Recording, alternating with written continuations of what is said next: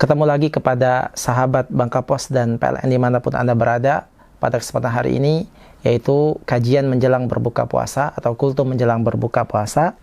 Kita akan membahas perkara berikutnya seputar hal-hal yang mungkin menjadi perselisihan para ulama, apakah ini membatalkan puasa atau tidak, yaitu berbekam.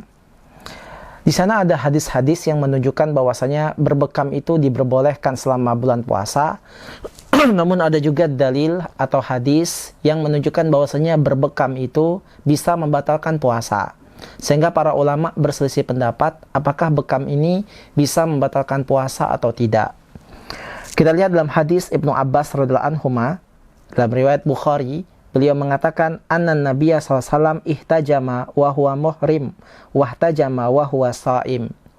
Kata Ibnu Abbas, beliau mengatakan bahwasanya sesungguhnya Nabi Muhammad SAW, beliau pernah berbekam ketika beliau sedang berihram.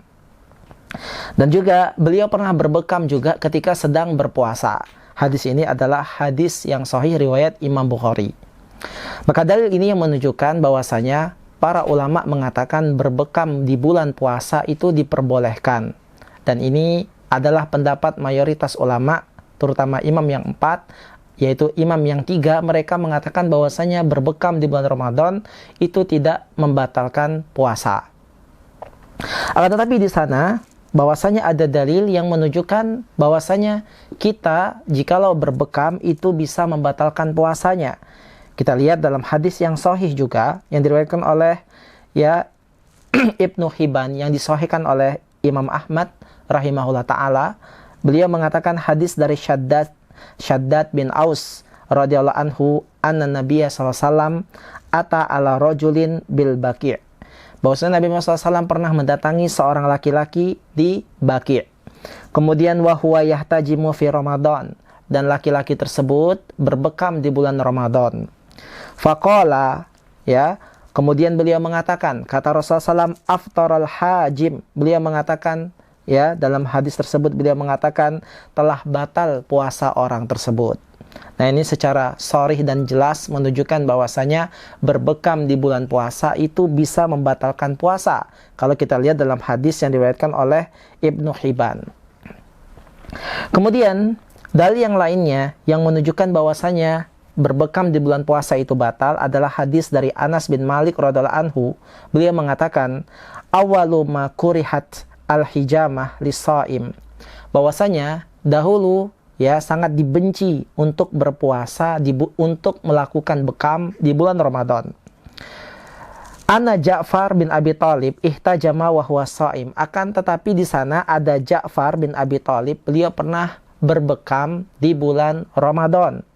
Famarra bihin Nabi SAW, maka Nabi SAW melewati Ja'far dan beliau mengatakan aftara hadani. Beliau mengatakan bahwasanya telah batal puasa orang ini. Nah, ini menunjukkan bahwasanya ketika Ja'far melakukan praktek bekam, beliau mengatakan telah batal puasa orang ini.